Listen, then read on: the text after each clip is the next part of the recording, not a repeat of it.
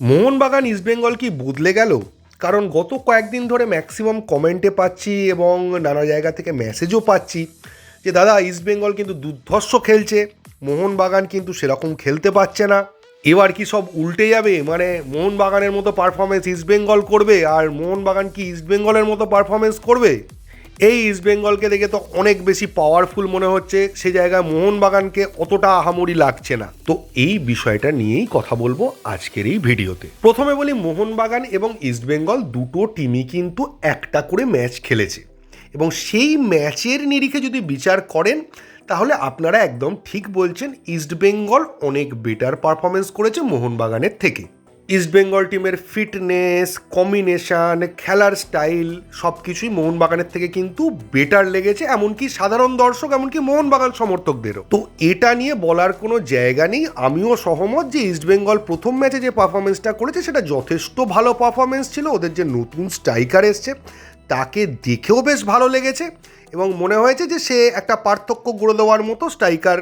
এবং শুধু স্ট্রাইকার নয়, বাকি প্লেয়ারদের খেলার মধ্যেও একটা ভালো ছন্দ দেখা গেছে, একটা কনফিডেন্স দেখা গেছে এবং তারা নর্থ ইস্টকে উড়িয়ে দিয়েছে।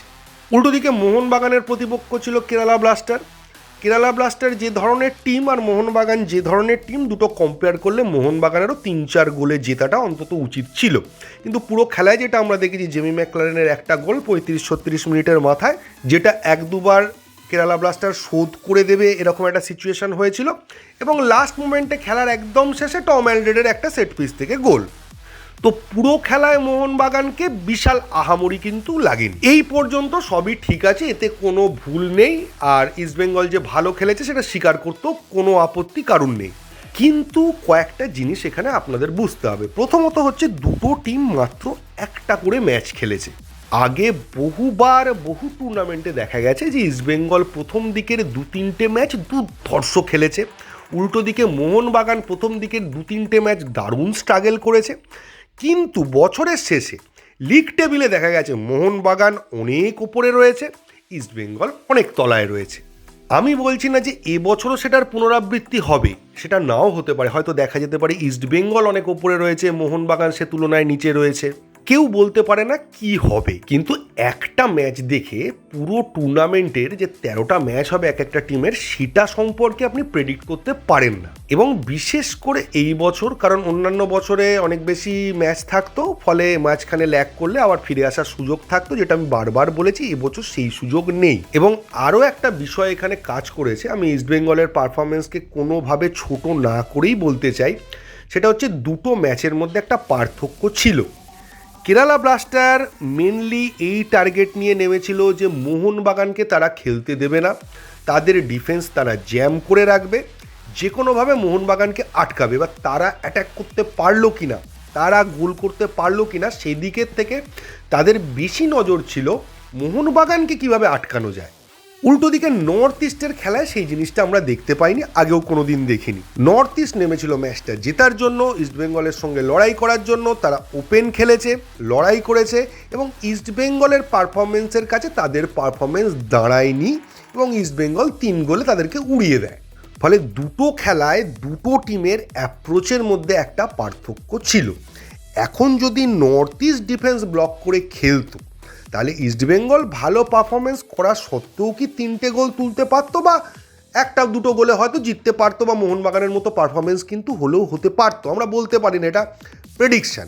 আবার যদি কেরালা ব্লাস্টার নর্থ ইস্টের মতো ওপেনলি খেলতো, মোহনবাগানকে উড়িয়ে দেবো, তাহলেও যে রেজাল্টটা 2-0 হতো, 4-0 হতো না, এটাও কেউ বলতে পারে না।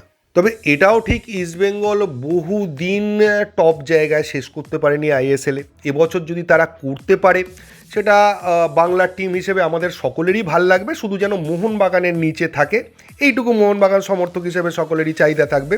কিন্তু আমি অন্তত এটা চাই না যে ইস্টবেঙ্গল আবার খারাপ পারফরমেন্স করুক। আমি চাই ইস্টবেঙ্গলও ভালো পারফরমেন্স করুক, শুধু মোহনবাগানকে না টপকালেই হলো। মানে পাশের বাড়ির ছেলেটার ভালো হোক, ভালো পড়াশুনো করুক, ভালো পারফরমেন্স করুক, ভালো জায়গায় পৌঁছুক, সবসময় চাই, কিন্তু সেটা যেন আমার ছেলের থেকে বেশি না হয়, এটা একটা স্বাভাবিক চিন্তাভাবনা বলতে পারেন।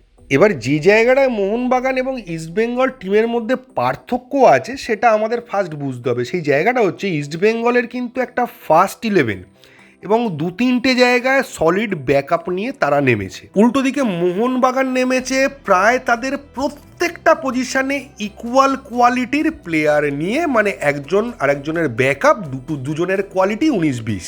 এই জায়গাটায় কিন্তু দুটো টিমের মধ্যে ডিফারেন্স এখনও রয়েছে।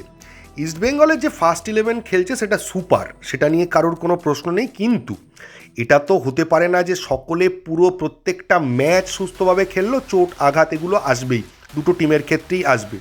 কিন্তু ইস্টবেঙ্গলের কোনো মেজর প্লেয়ার ইনজুরি হলে তার যে ব্যাকআপ রয়েছে তার কোয়ালিটিটা কিন্তু কখনোই ফার্স্ট 11-এর প্লেয়ারটার মতো নয়। কিন্তু মোহনবাগানের ক্ষেত্রে একটা ম্যাচেই হয়তো একটা প্লেয়ারকে চেঞ্জ করে তার সাবস্টিটিউটকে নামানো হচ্ছে এবং দুজনে প্রায় একই লেভেলের পারফরমেন্স করছে।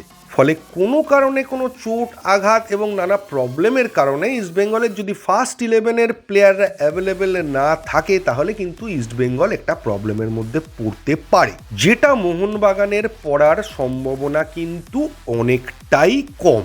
এখন যারা ইস্টবেঙ্গল সমর্থক ফুটবলটা খুব ভালো করে বোঝেন তারা কিন্তু বুঝতে পারবেন যে আমি কোন জায়গাটা নিয়ে কথা বলতে চাইছি, এবং আপনারাও এই জায়গাটা কিন্তু জানেন। তো আমি দু দলের সমর্থককে একটাই কথা বলবো, একটা ম্যাচ দেখে বিচার করতে যাবেন না। মোহনবাগান সমর্থকরা গেল রব তোলারও কোনো কারণ নেই, ইস্টবেঙ্গল সমর্থকদেরও ISL জিতে যাওয়ার মতো আনন্দ করারও কোনো কারণ নেই। এবং ইস্টবেঙ্গল সমর্থকরা এটা খুব ভালোভাবে জানেন যে তারা অনেকবারই টুর্নামেন্ট দুর্ধর্ষ শুরু করেছিলেন, কিন্তু শেষ পর্যন্ত গিয়ে সেই মোমেন্টামটা রাখতে পারেননি। উল্টো দিকে মোহনবাগান সমর্থকরাও যদি একটু পুরোনো দিনের কথা মনে করেন আগের 2-1টা সিজনে, তাহলে দেখবেন প্রথম দিকে সেই কোচ পাল্টাও, প্লেয়ার পাল্টাও, টিম উঠে গেল, এই টিমের দ্বারা কিছু হবে না দিয়ে আমরা শুরু করি এবং লাস্টে আমরা চ্যাম্পিয়ন হয়ে শেষ করি। তাই আমি ব্যক্তিগতভাবে বলবো 6টা ম্যাচ যাক, দুটো টিম 6টা করে ম্যাচ খেলুক, তারপরে আপনি একটা ধারণা করতে পারবেন যে দুটো টিম কী পজিশনে রয়েছে এবং কে এগিয়ে রয়েছে, কে পিছিয়ে রয়েছে, বা কে কতটা উন্নতি বা অবনতি করলো লাস্ট সিজনগুলো থেকে। তো এই ভিডিওতে এইটুকুই। থ্যাংক ইউ, ধন্যবাদ এবং জয় মোহনবাগান।